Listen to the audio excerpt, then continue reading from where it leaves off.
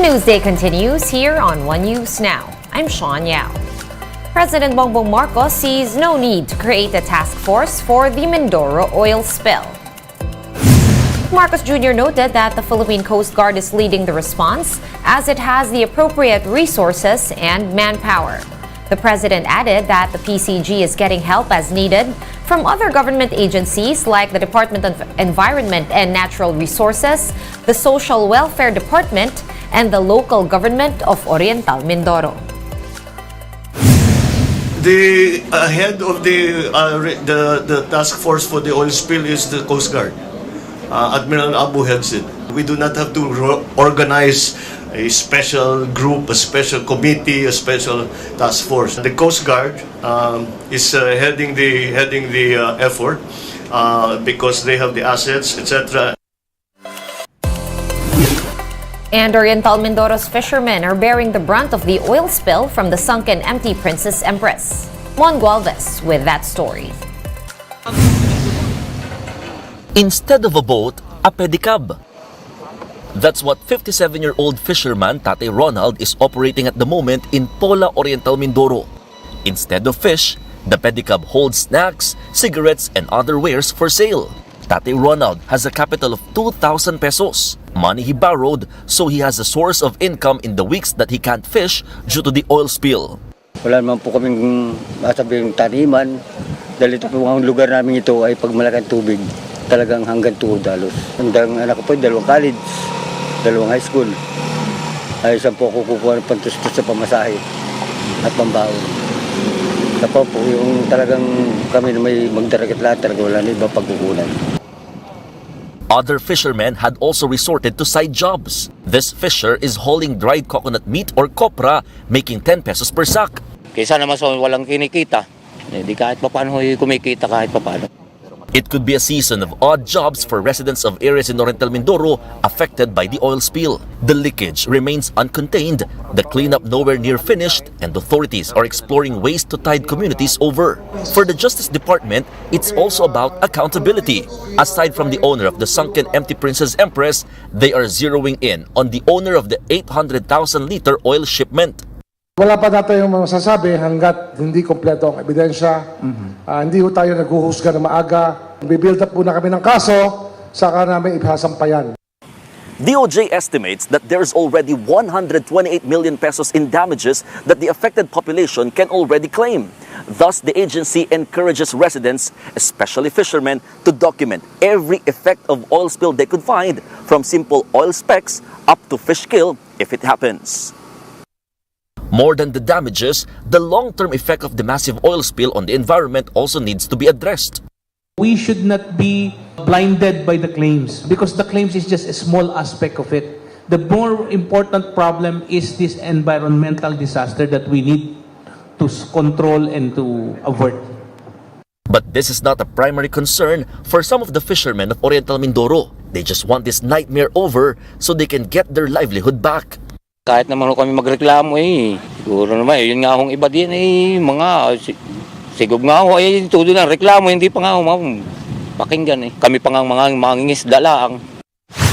Meanwhile, the Bureau of Fisheries and Aquatic Resources or BFAR already released an initial 6 million peso aid. This is for 19,000 fishermen who at the moment can't go on their usual catch. Fish from the province's waters already have traces of petroleum in them.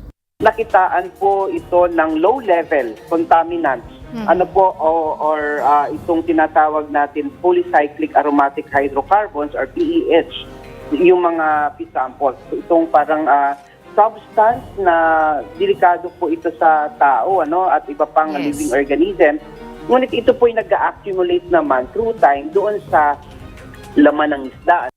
What's happening in Oriental Mindoro is part of a bigger picture of a country caught relatively unprepared by a maritime incident of this magnitude. For Protect Verde Island Passage, co-convener Jerry Aran says it's a question of where the buck stops. At the end of the day, sino po ba ang magko-compensate at sino ang magre-rehabilitate? Yung mismong pag-contain ay nagre-reflect nito ng napakadaming kailangang isaayos maging sa batas. Immobilize ang buong populasyon ng lalo't-lalo na ng Mindoro at Batangas, ano. Alam naman po namin na kumbaga may efforts ang government both national at local, pero talagang kinakapos po ito. For News 5, Mon Gualvez, We Are One News. More stories still to come after this quick break. Keep it here on One News.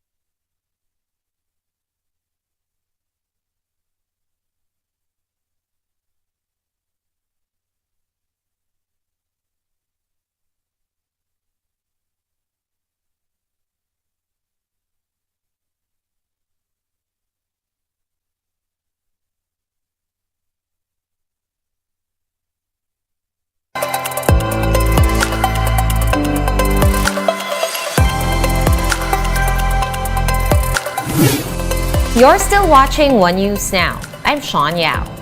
One of America's biggest warships is currently docked in Manila in what could be a show of maritime support. Meanwhile, the Philippines and China are all set for bilateral consultations this week on issues in the West Philippine Sea. Camille Samonte with the details.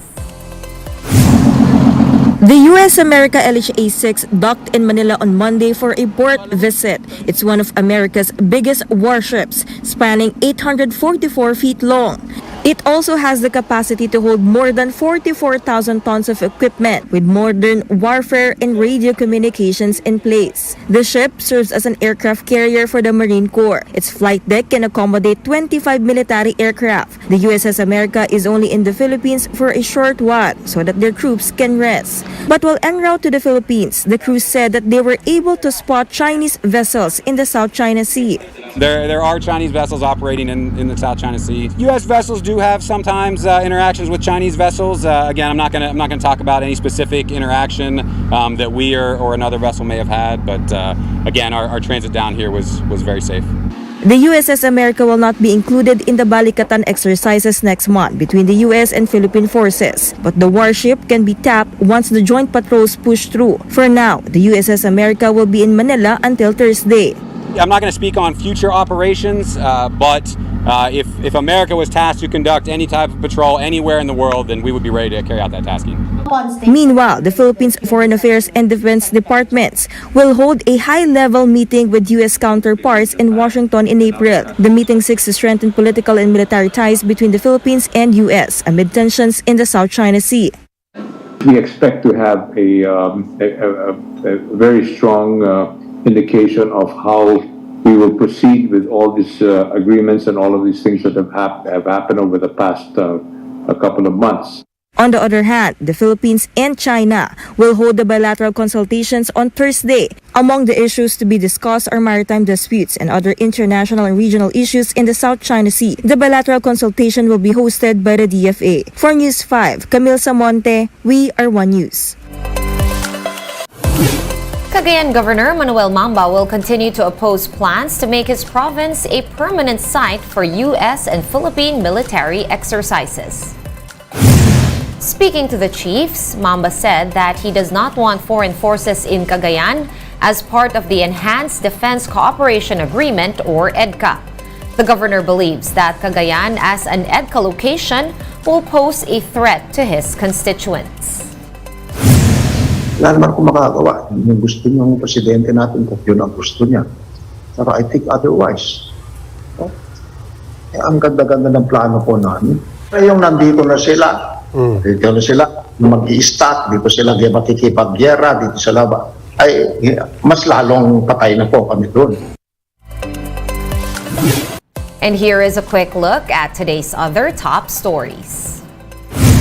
President Bongbong Marcos wants a further study on duties to be transferred to local government units. Budget Chief Amina Pangandaman says the Committee on Devolution will need to re-identify the division of programs to be carried out by the national, local, and municipal governments.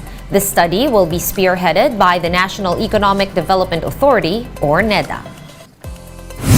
Congress's bicameral committee has approved a bill amending the law on fixed terms for the officers of the armed forces.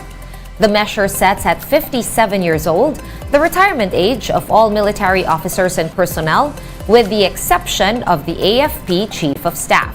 The AFP Chief can either retire upon completing a tour of duty or on the President's say-so.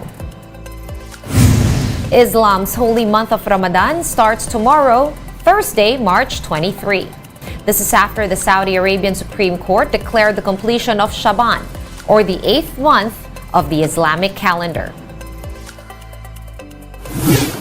One News Now will be back at 6:30 p.m. I'm Sean Yao. We are One News.